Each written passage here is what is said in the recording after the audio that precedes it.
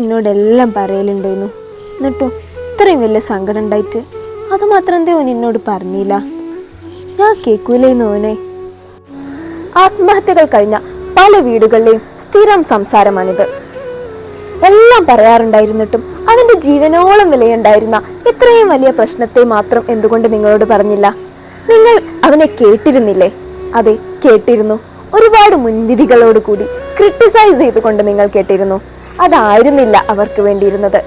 പലരും പറഞ്ഞു കേട്ടിട്ടുണ്ട്, ഇത്രയും കാലം കൂടെ ഉണ്ടായിരുന്ന, കൂടെ ജീവിച്ച, എന്നോട് പറയാൻ പറ്റാത്ത എന്ത് രഹസ്യമാണ് ജീവിതത്തിൽ ആദ്യമായി കാണുന്ന ഒരു സൈക്കോളജിസ്റ്റിന്റെ അടുത്ത് നിനക്ക് പറയാൻ കഴിയുക എന്നുള്ളത്.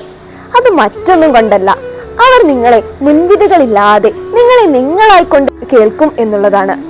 അവർ നിങ്ങളുടെ രഹസ്യങ്ങളെ കോൺഫിഡൻഷ്യലാക്കി വെക്കും എന്നുള്ളതാണ്. ഇനിയെങ്കിലും മറ്റുള്ളവരെ മുൻവിധികളില്ലാതെ കേൾക്കാം, അവരുടെ രഹസ്യങ്ങളെ കോൺഫിഡൻഷ്യലാക്കി വെക്കാം.